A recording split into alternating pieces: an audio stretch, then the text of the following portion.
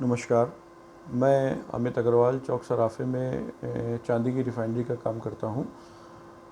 हमारी चांदी बांसुरी ब्रांड के नाम से आप लोग जानते होंगे और 2011 से श्री किशन ट्रेडर्स के नाम से फ़र्म चला रहा हूँ। श्री किशन ट्रेडर्स में चांदी सोने की बुलियन का मेन काम है हमारा। ये वीडियो बनाने की आवश्यकता मुझे इसलिए पड़ी क्योंकि जब कोई साधारण व्यक्ति अपनी शिकायत या अपनी कोई धोखाधड़ी या अपने संग कोई अपराध के लिए सामाजिक संगठन में जाता है, जब उसे वहाँ से निराशा मिलती है, फिर पुलिस प्रशासन में जाता है, प्रशासन से जब भी निराशा मिलती है तो फिर वो एक जनता की अदालत है का माध्यम है। ये एक जनता की अदालत एक बहुत बड़ी अदालत है जो इसका सहयोग एक बहुत बड़ा सहयोग होता है। इस प्रकरण में मैं अपनी एक एप्लीकेशन चौक सराफ़े में दे चुका हूँ, पुलिस यूपी सराफ़ा एसोसिएशन में दे चुका हूँ, प्रशासन में दे चुका हूँ। तो एक ये लोकेश अग्रवाल, पंकज अग्रवाल, भुवनेश अग्रवाल चौक सराफ़े के बड़े बुलियन कारोबारी हैं। Brajwasi bullion and jewellers private limited के नाम से जो सराफ़ा व्यापारी हैं वो जानते होंगे। और बाकी जो अनट्रेड लोग हैं, अनट्रेड व्यापारी भाई हैं, वो आनंदी वाटर पार्क के नाम से इनको जानते होंगे। तो मेरा एक प्रकरण कुछ दिन पहले आप लोगों ने पेपर में पढ़ा होगा। 7 अगस्त को 30 किलो चांदी मैंने श्याम जी अग्रवाल ज्वेलर्स के हाथ बेची थी। उनसे पेमेंट नहीं मिला था, उसमें तो कुछ धोखाधड़ी का मामला पेपर में अमर उजाला और राष्ट्रीय सहारा, इनकलाबी नज़र, हिंदुस्तान, इन अन्य पेपरों में आया था।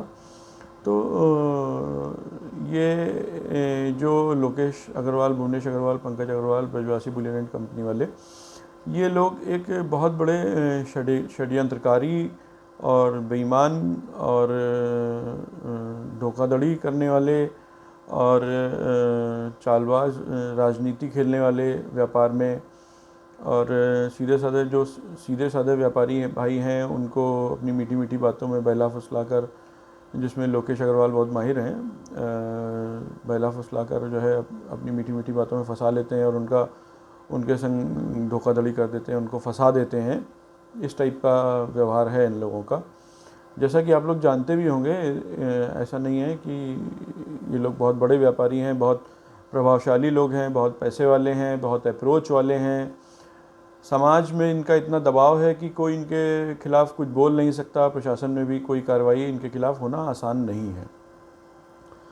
तो इस प्रकरण में मेरा ये कहना है कि 30 किलो चांदी का जो मामला पेपर में आया है, वो मैंने श्याम जी अग्रवाल ज्वेलर्स वाले हैं यहीं चौक में, उनके हाथ बेची थी। लेकिन जब प्रशासन की कार्रवाई थोड़ी सी हुई तो उन्होंने अपनी गलती मानते हुए चांदी का पेमेंट तो आरटीजीएस के माध्यम से 30 जून को कर दिया और हमारा उनसे अब कोई विवाद भी नहीं है।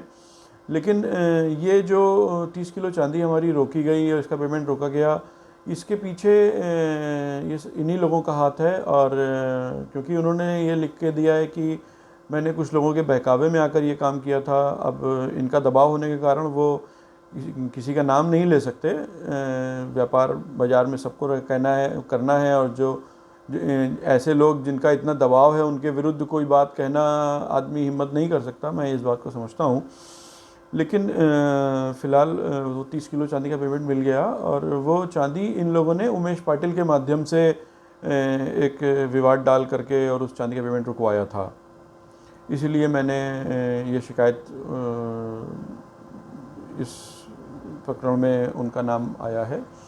और जो हमारी मेन शिकायत है, मेन समस्या है, वो ये है कि हमने 3 साल 4 साल इनसे 2016 से लेकर 2019 तक बहुत बड़ा व्यापार किया है। और नोटबंदी के बाद एक्चुअली हम व्यापार 2011 से ही इनके साथ करते थे, 2012 से, लेकिन एक नॉर्मल व्यापार था। लेकिन नोटबंदी के बाद इन्होंने हमको अपने एक एजेंट के रूप में बना लिया और हमसे ये कहा कि तुम मेरा सारा सोना चांदी बेचो। और मतलब 2-3 साल जो हमने काम किया तो उससे जो भी इन लोगों को ठीक ठाक लगा हो, ईमानदारी हमारी और जो ओरिजिनलिटी है, जो किसी प्रकार का कोई चीटिंग नहीं, कोई धोखाधड़ी नहीं, किसी हिसाब किताब में कोई भूल चूक नहीं, तो जो भी इन लोगों को लगा हो, इन्होंने हमसे जो है नोटबंदी के बाद 2016 के बाद अपने एजेंट के रूप में काम करने को कहा। और ये हमारा तय किया कि जो भी, क्योंकि उस समय नोटबंदी के बाद कैश में सोना काफ़ी ऊपर बिकता था, कैश में सोना चांदी काफ़ी महंगा बिकता था, तो उसमें एक्स्ट्रा मार्जिन था। तो इन लोगों ने हमको यूज़ करने की कोशिश करी, और हम इन लोगों को अच्छा समझते थे क्योंकि अच्छी छवि थी इनकी बाज़ार में। तो इसलिए मैं इनके साथ जुड़ गया, और इन लोगों ने कहा कि भाई कैश बिलिंग करो, जो कैश बिलिंग होगी, जो कैश में सेल होगा उस पर ½ कमीशन तुमको दिया जाएगा, और जो चांदी पे 100 रुपये प्रति किलो और सोने पे 5,000 रुपये प्रति किलो के हिसाब से तुमको मिलेगा। ठीक ठाक मुनाफा प्रॉफिट रहेगा, तो काम करो, और तुम्हें भाव ताव से कोई मतलब नहीं है, जो रेट हम बताएंगे वो रेट तुमको बेचना है। तो हमें इसमें कोई रिस्क नहीं लगा, और हमने इनके साथ व्यापार करना शुरू किया। 2016 से लेकर 2019 तक 22 अरब रुपए का व्यापार किया, जिसमें 16 अरब रुपए की कैश सेल हुई। 6,915 किलो सोना बेचा गया और 15,900 किलो चांदी, जिसका हमारा प्रॉफिट का लगभग 11 करोड़ 35 लाख रुपया बनता है, कमीशन और जो रेट वाइज जो पर केजी के हिसाब से वो मिला करके। तो वो उसमें से एक भी पैसा हमको नहीं मिला, हमारे संग धोखाधड़ी हुई, इसी बात की शिकायत है। और 7 जनवरी उसके साथ है कि नाजायज़ हमारे संग काम हुआ कि 7 जनवरी 2019 को हमने इनको 50 किलो सोने का 50 किलो सोने के लिए एक 15 करोड़ 6 लाख रुपए का RTGS किया था, जिसमें 25 किलो सोना ही हमको मिला और 25 किलो सोना हमको नहीं मिला, वो हमारा इन लोगों ने हड़प लिया।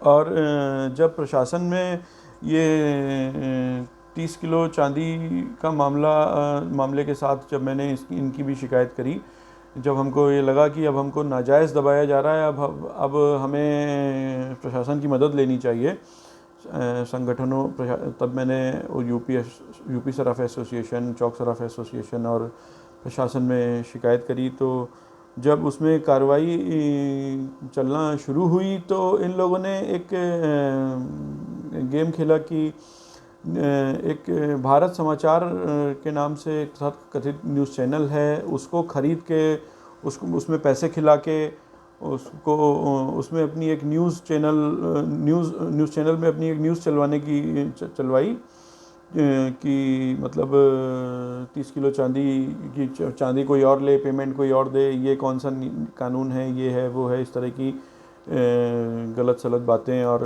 उसमें हमने देखा कि कुछ हमारे चौक सराफे के पदाधिकारी भी उनका सहयोग कर रहे हैं। क्यों? अब सहयोग का कारण ये है कि इतने बड़े प्रभावशाली लोग हैं, तो उनके खिलाफ कोई एक्शन नहीं लिया जा सकता। जबकि हमने 2 महीने पहले अपनी एप्लीकेशन चौक सराफे में दी है, तो उस पर कोई मीटिंग नहीं बिठाई गई, जबकि छोटी छोटी बातों पे मीटिंग बिठा लेते हैं।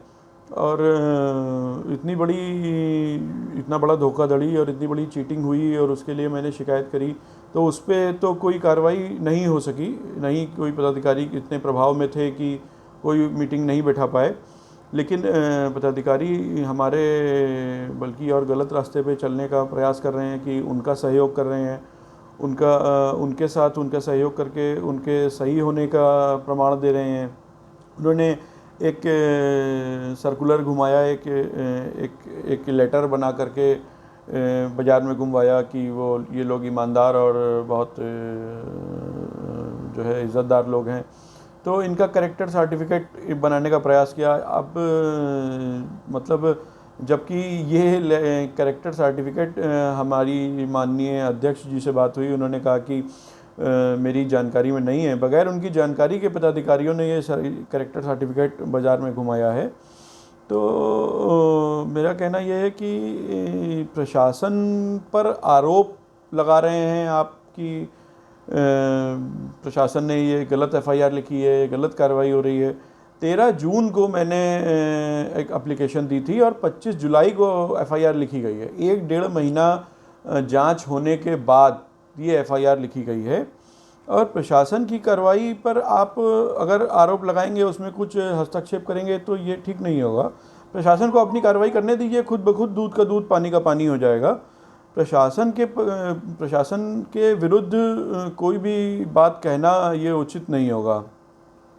पदाधिकारियों से ये हमारा अनुरोध है। और मतलब आप ये समझिए कि जिसके खिलाफ 406, 420 और 506 का मुकदमा दर्ज हो, आप उसको करेक्टर सर्टिफिकेट दे रहे हैं, उसका सहयोग कर रहे हैं कि वो साफ पाक है, वो किसी प्रकार का आरोपी नहीं है, किसी प्रकार का अपराधी नहीं है।